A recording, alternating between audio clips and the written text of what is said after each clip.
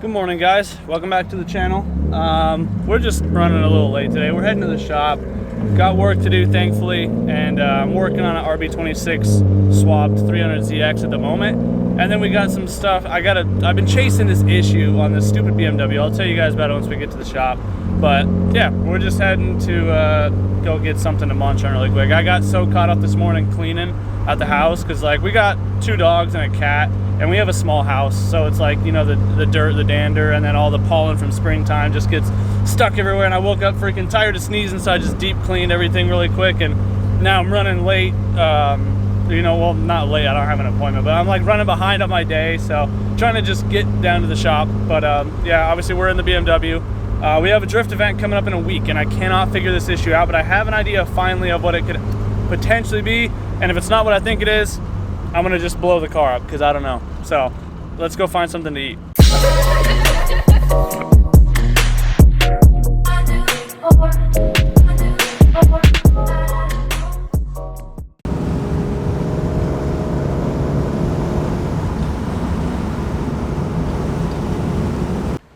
Just stopped here, quick trip. Not gonna lie, dude, I am a fiend for gas station taquitos. I don't know what it is. Iron stomach or what, and then White Monster because we're trying to cut out some more sugars and stuff, and I'm just in a hurry, so easy caffeine, snacks. All right, let's get out of here. Okay, we're at the shop now, and oh my gosh, my brain is just everywhere today. So there's just been a lot going on lately behind the scenes, and that's why, you know, I haven't even been posting much videos lately. It's a lot of people that drop off cars like, oh, you're gonna film it, so maybe they watch the videos or whatever, but like, I don't know, I don't like filming every car. This one I'm just filming a little bit of because, and we'll do a few little voiceover clips because when I filmed the clips of the car, I didn't have my camera, I just filmed it on my phone, but it's just hectic lately, and it's like all the little things that add up, you know, and a big part of this channel is transparency, so I just want to share with you guys, anybody that has any small business experience, especially on the insurance related side, do you feel my pain? I just got an email a couple weeks ago. Basically, they canceled my policy for no reason. I've had it since I moved in here, end of December, so I was through Byberk, and I just got an email. Basically, they changed insurance lingo, so I'm assuming it translates to we changed our policy so you don't fall under what we cover anymore. So thankfully my broker found me some new insurance a couple $1,000s later, which I really didn't have because that pretty much maxed out my money right now on the business side for like the card and stuff. So now I'm waiting on a $2,000 prorate check to come in the mail. But the other issue is when I moved into this unit, they didn't mention access to the mailboxes. I didn't even know there was one. And it's on the back side. My shop key doesn't work in it, which, you know, probably understandably so because you can just change the locks, you know, between tenants. But now I just had to go to the post office, deal with a crab apple at the desk. And now I got to wait 3 days for a key, but the check was issued on the 12th. Today that I'm filming this clip is the 18th. So I'm worried that my $2,000 check is floating somewhere in the mail, and I need that because $2,000 to a business my size, that's, you know, that's my rent and my insurance for the month. So I kind of need that. So I just got off the phone with insurance, and it's like the guy I spoke to yesterday couldn't tell me anything. This lady was super helpful. I just called, but it's like, man, this sucks. Like they're so quick to take your money, but they're so dang slow to give it back. I paid through card. Why can't you just send it back on the card? Like, I don't get it, man. But whatever, you know, we're floating by. We got a couple jobs, so we should be good. I was able to pay the card down a little bit with some jobs I just did, so that's my biggest stress. It's not that I don't have money for the business. It's just that I put everything on the card because that's what you're supposed to do as a business, like business credit things, I don't know. And I'm just trying to make sure I have enough, you know, eggs in each basket, and putting all my eggs in the one basket is going to kind of hurt me for the rest of the month because I'm not booked out for the month yet. So joys of being the small guy, right? I go day by day, week by week. But anyway, enough babbling. I just want to say insurance is a scam. Insurance sucks. But anyway, yeah, we're working on the Z, Q, the downpipe stuff.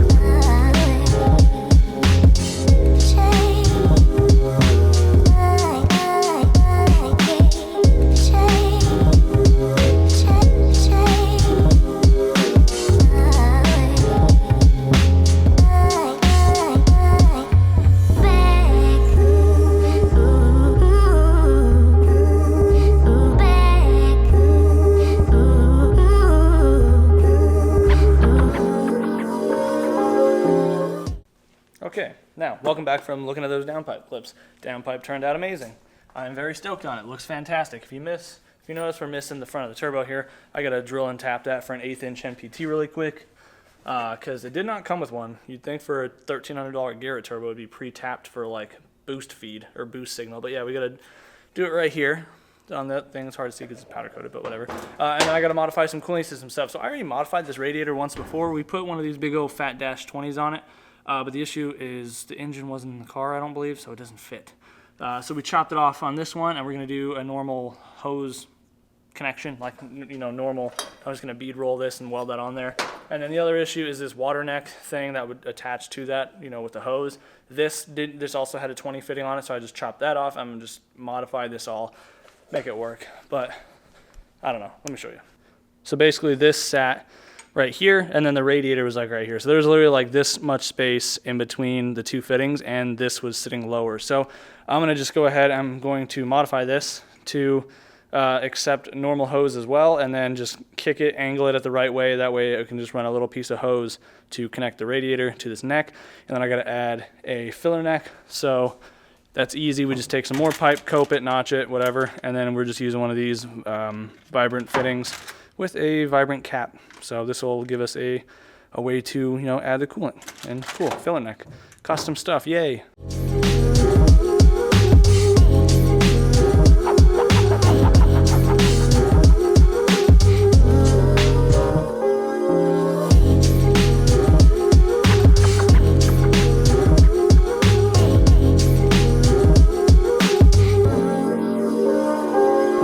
So I don't know where the time lapse left off or how much of it showed, but we're making progress. Got this made.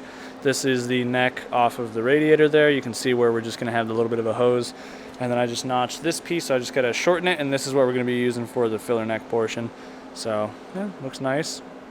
Cope's good. And Jeff's mad.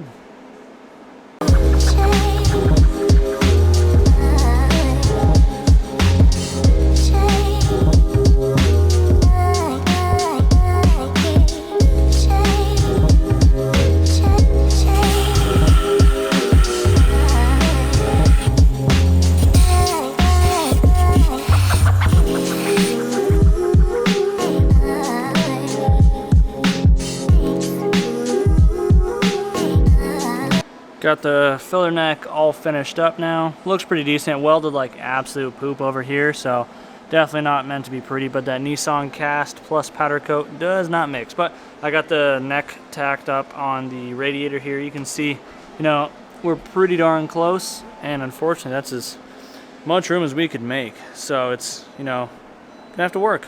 Go ahead and weld this out, and this thing's pretty much all wrapped up, because then we would have the radiator modified, filler neck modified, turbo tapped, and whatever for the boost signal, downpipe made, exhaust modified. So yeah, that'd be it.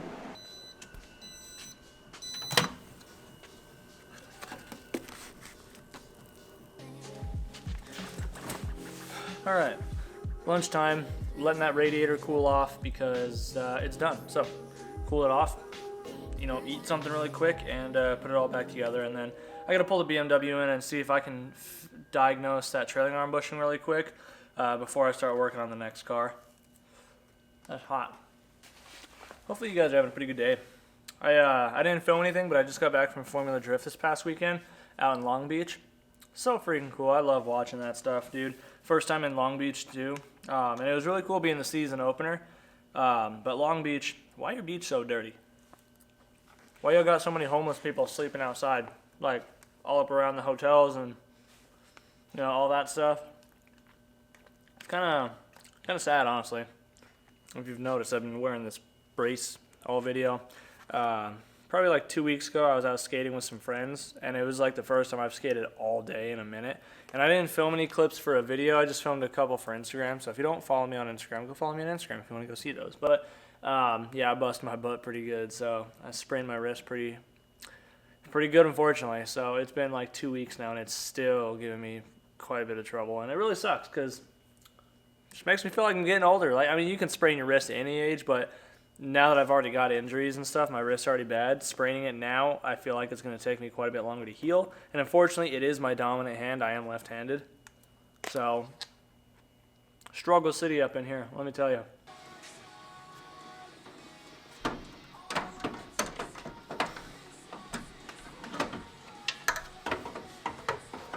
Car's all buttoned up now. I just took the fender covers off. I just got to drop it on the ground. It's a little bit of a process to get this thing onto the lift, so I'm going to just do that off camera and be careful with it.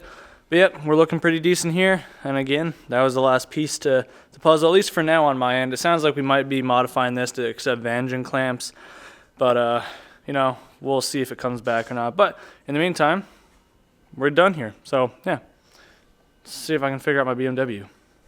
Okay, 300Z is out in the parking lot, just waiting for Marco to come pick it up with the trailer. BMW's on the lift. Now let me show you what I'm talking about. So the trailing arms on these cars, on the BMWs for you non-BMW guys, are these. And the bushings I'm referencing are up in this pocket up here. So here is another set that I have. This is a factory bracket. Mine's very similar. Mine just has extra slotted holes made by Drift Tech. These are some different bushings I might try if mine are bad. So you can see it sits up in there like this. The arm connects to the bushings. And yeah, so first we got to drop it. So I'm just going to mark where my bolts are and hope for the best in terms of alignment. Okay, I'm genuinely confused. I just pulled the bushings out. Thankfully they are, you know, poly, so I was able to pry them out with a flathead and my hands. But yeah, these are what's left. Like, there's no, you know, noticeable cracking or fatigue. And then this is like the Condor. So this is Garagistic, this is Condor. I mean, the Condor is definitely solid. Like, you can tell it's like a hardened plasticky type something. And then this is obviously poly. So the only thing I can think of is maybe this is just worn out somehow already. It's only been like 2,500 miles. But the way the car feels, like, it literally just feels like the whole rear end. Sorry, I didn't explain it to you earlier. Ever since the last video, last drift event, halfway through the event, if you watch that video, towards the end of the video I mentioned there's something wrong with the car, it's not feeling right. Long story short, I've bolt checked everything 100 times, you know, alignment, all new tires, etc, etc, etc, and it feels like it's in the rear end. And after I try to do a skid or something, like a drifted corner, it immediately gets worse. So it definitely feels like the whole rear end is just doing that, like after you correct. And when you're driving down the freeway and stuff, it's horrible. Trying to keep going in a straight line and, like, you know, merge or like do small inputs like that. So I'm going to try and install the Condor ones right here. The only concern I have is visually they're a little bit smaller like that because the outer shoulder. Hopefully that doesn't affect it, you know, inside the cup, because, you know, I'd imagine this squishes together. You torque it pretty decently. You torque it to 81 foot-pounds. So I'm going to go ahead. I'm going to see if I can't fit these in there. And hope for the best, honestly, because after that, I'm at a loss. Being at the loss that I am with this car, I'm just gonna try and put these new, you know, these Condor bushings in. So I'm missing the washers. I texted the guy that I got them from. He doesn't have them. So I measured the distance. So these ones are 2 inches, you know, edge to edge. These are 1 3/4. So you know, 1/4 inch difference divided by 2. Washer on each side. That's 1/8 inch. I do have some 1/8 inch sheet metal here, so I got a 2.5 inch hole saw here, which is the measurement of, you know, this. So I'm gonna go ahead, cut a few washers out of 1/8 inch and put those in and see if that fixes it, because I'm so genuinely at a loss. Like, if it's not these, the only other thing in the rear that moves, like, laterally is the ball joints that are, like, up in the arms that I never change, but even those don't feel like they have much slack. So I don't know. I guess I'm just going to try these. If it doesn't fix it, then slap some ball joints in. And if that doesn't fix it, honestly, I'm probably just going to, you know, find a toaster, take a nice bath. I'm so over it. So let's cut some hole saw bits out and see if this works.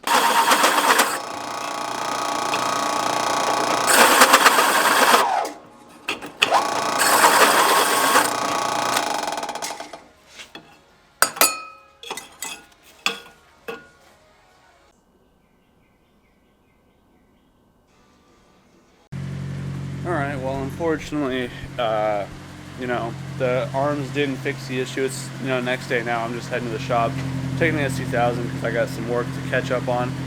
So I can't be tinkering on the BMW today. So the only two things that have been changed on the car are the rear ball joints, and I guess you can upgrade the lower bushings in the rear on the knuckle to the ball joints that go on the upper as well. It's the same size and everything.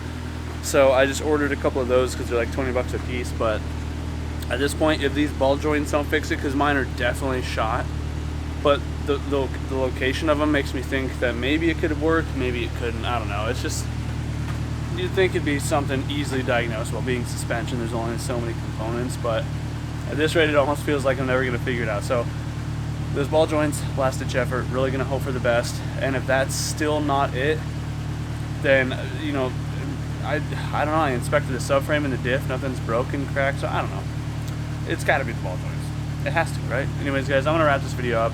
I got, again, some work to do, so I got a freaking sinus headache today, so it's going to be a long day, but hopefully you enjoyed this video. If you did, be sure to let me know in the comments down below. If you want to help support the channel further, I do have Velocity Race Fab merch on the website, velocityracefab.com. And for you Del Sol guys, material showed up yesterday for the roof braces, so I'll get cracking on those here in the next few days. And yeah, do what you love, forgive the rest. We'll see you in the next one. Peace out.